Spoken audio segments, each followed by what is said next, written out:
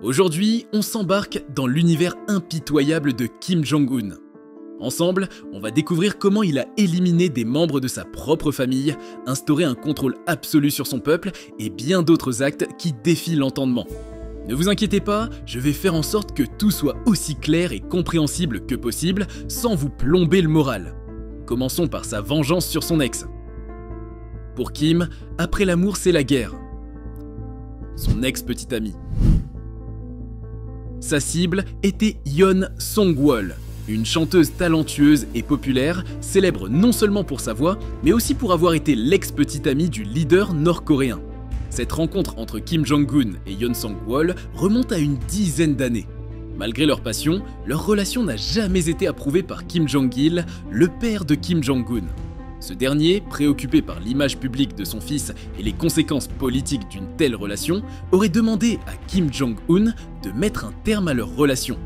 Kim Jong-un a obéi, mais le lien entre lui et la chanteuse ne s'est jamais totalement effacé. En août 2013, le journal sud-coréen Chosun Ilbo a rapporté une information selon laquelle Yeon Song-wol serait accusée d'avoir violé la législation stricte de la Corée du Nord sur la pornographie. Les informations recueillies affirment qu'elle ainsi que 11 autres artistes, dont son mari, auraient filmé leurs ébats sexuels. Pire encore, ces vidéos auraient été vendues, une infraction gravissime dans un pays où la pornographie est interdite. Kim Jong-un ne considère pas cette situation comme une simple violation de la loi, c'est une humiliation personnelle. La femme, qui avait été proche de lui, est au cœur d'un scandale qui pourrait ternir son image. La réaction du régime est rapide et impitoyable. Yeon Song-wol et les autres accusés sont condamnés sans procès public et la sentence est exécutée sans délai. Le 20 août 2013, Yeon Song-wol, son mari et les autres accusés sont conduits devant un peloton d'exécution. L'exécution se fait en public, en présence de membres de l'armée nord-coréenne et des familles des condamnés, selon les témoignages.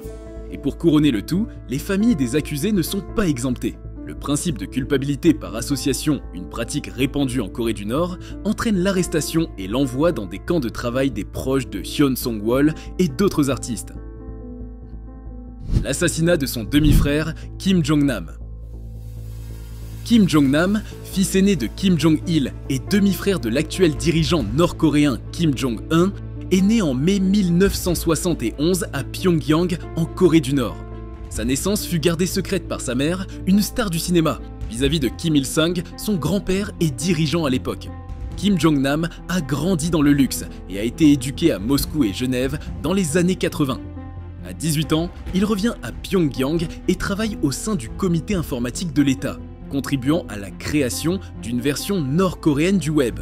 Cependant, Kim Jong-nam n'était pas satisfait du régime en place, aspirant à plus de liberté.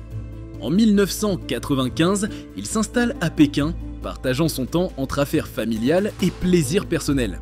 En 2001, il est arrêté au Japon avec un passeport falsifié, causant une honte internationale pour la Corée du Nord. Après cet incident, il s'installe à Macao et continue ses voyages pour des raisons professionnelles. Son demi-frère Kim Jong-un est désigné pour succéder à leur père Kim Jong-il, laissant Kim Jong-nam en disgrâce. Jong-nam commence alors à critiquer publiquement le régime nord-coréen, ce qui aggrave sa situation.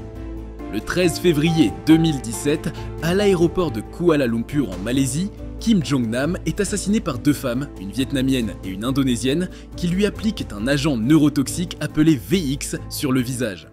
Kim Jong-nam alerte immédiatement un employé de l'aéroport, mais succombe à l'attaque en 15 à 20 minutes malgré les soins médicaux.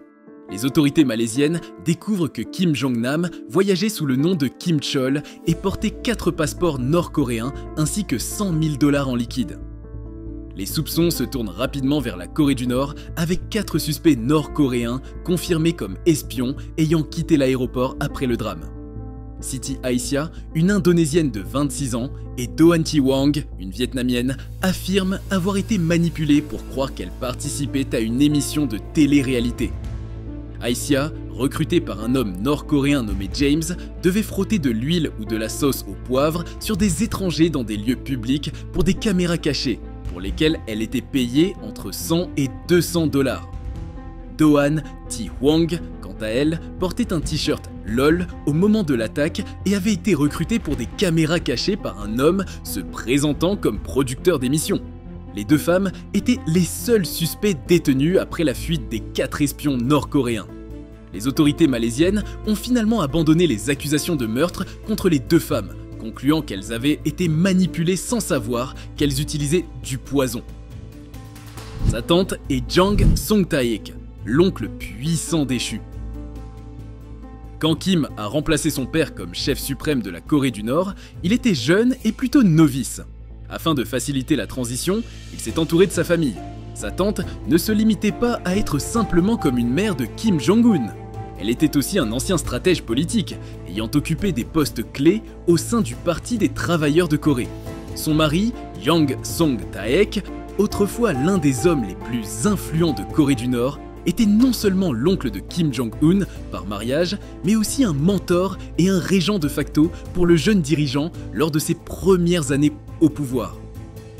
Jang a été considéré comme un réformateur modéré et a joué un rôle clé dans l'établissement des relations économiques avec la Chine, principal allié de la Corée du Nord.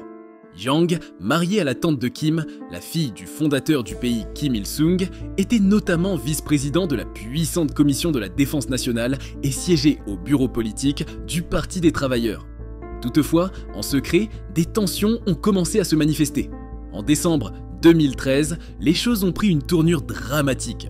CNN a recueilli un témoignage d'un haut responsable qui a quitté son poste et déserté le pays, selon lequel un désaccord majeur aurait surgi entre Kim Jong-un et ses conseillers les plus confidents. Ce conflit était lié à la direction à suivre pour le pays. Kim Jong-un souhaitait démontrer sa force et marquer son règne avec des projets grandioses. Il souhaitait édifier un parc aquatique et une station de ski, qui représentait pour lui la modernité et la prospérité. Sa tante et son mari considéraient ces projets comme peu prioritaires.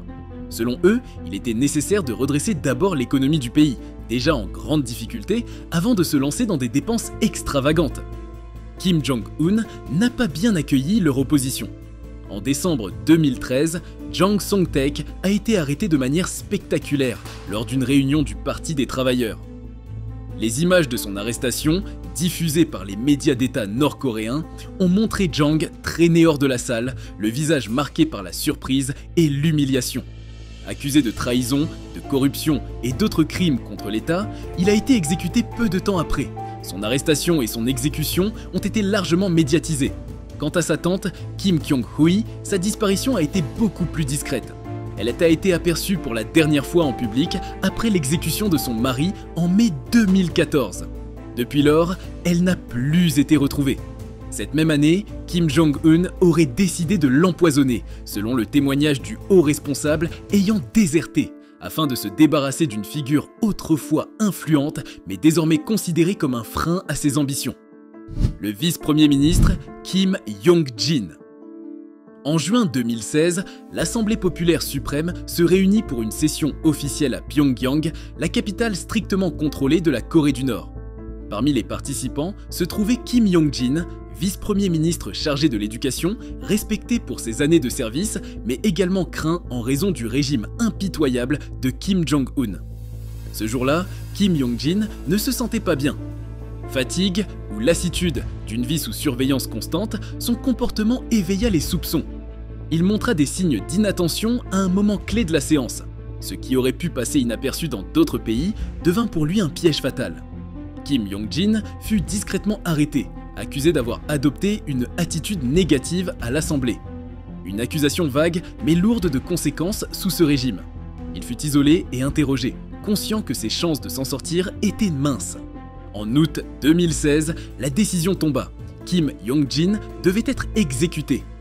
L'exécution fut brutale et publique. Selon des sources sud-coréennes, il fut abattu par un peloton d'exécution, une méthode destinée à envoyer un message fort à quiconque remettrait en question l'autorité du régime. Yeon Yong-chol, l'exécution par canon anti-aérien. En mai 2015, une autre exécution choquante a eu lieu, celle de Yeon Yong-chol, le ministre de la Défense. Yeon, un général respecté, avait été nommé à ce poste prestigieux en 2012, peu après l'arrivée au pouvoir de Kim Jong-un. Tout commence par un événement militaire où Yoon Yong-chol, un général nord-coréen, commet l'irréparable en s'endormant pendant une réunion en présence de Kim Jong-un. Dans un régime où le respect envers le leader suprême est primordial, cette action a été perçue comme une insulte directe à l'autorité de Kim. La réaction du régime a été rapide et brutale.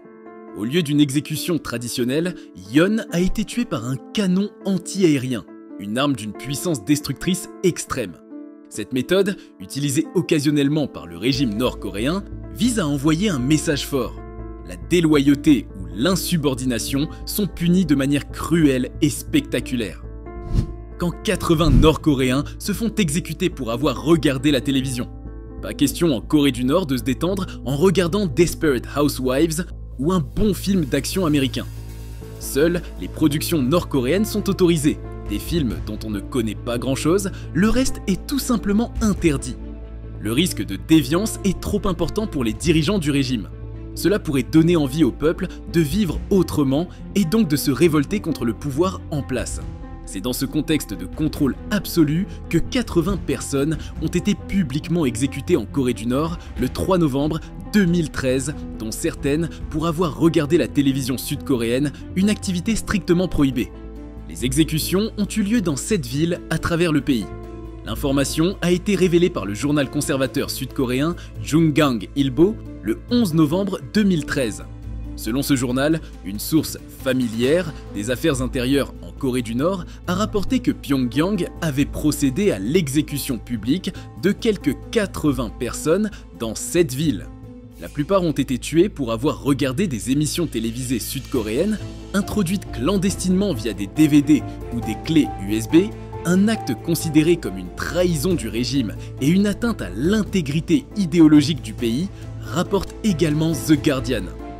Le contrôle sur les médias et les informations est total en Corée du Nord. BBC News précise que les émissions étrangères sont perçues comme une menace directe à l'autorité du régime. Elles offrent un aperçu d'une vie différente, où les individus ont accès à des libertés et des opportunités inimaginables en Corée du Nord. Regarder ces émissions revient à rêver d'un autre monde, une pensée que le régime de Kim Jong-un ne peut tolérer. Selon cette même source qui cite un témoin, les autorités ont rassemblé dans un stade de la ville portuaire de Wonsan 10 000 personnes, et notamment des enfants. Ils ont contraint d'assister à l'exécution par balle de 8 condamnés attachés à un piquet. En forçant les habitants, y compris les plus jeunes, à assister à ces exécutions, le gouvernement nord-coréen cherche à inculquer la peur dès le plus jeune âge. Le système du Songbun.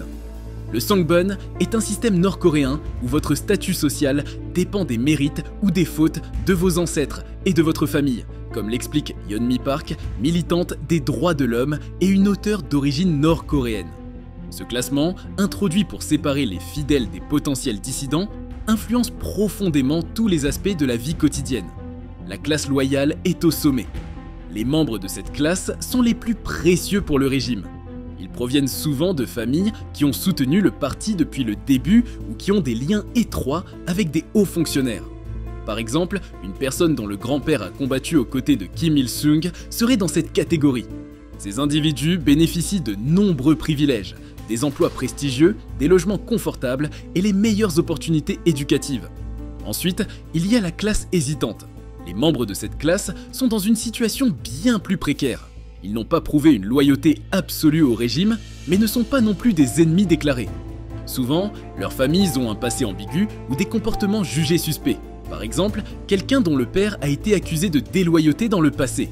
Ces personnes ont un accès limité aux ressources essentielles et sont souvent cantonnées à des emplois moins rémunérateurs, des logements de moindre qualité et des opportunités éducatives restreintes.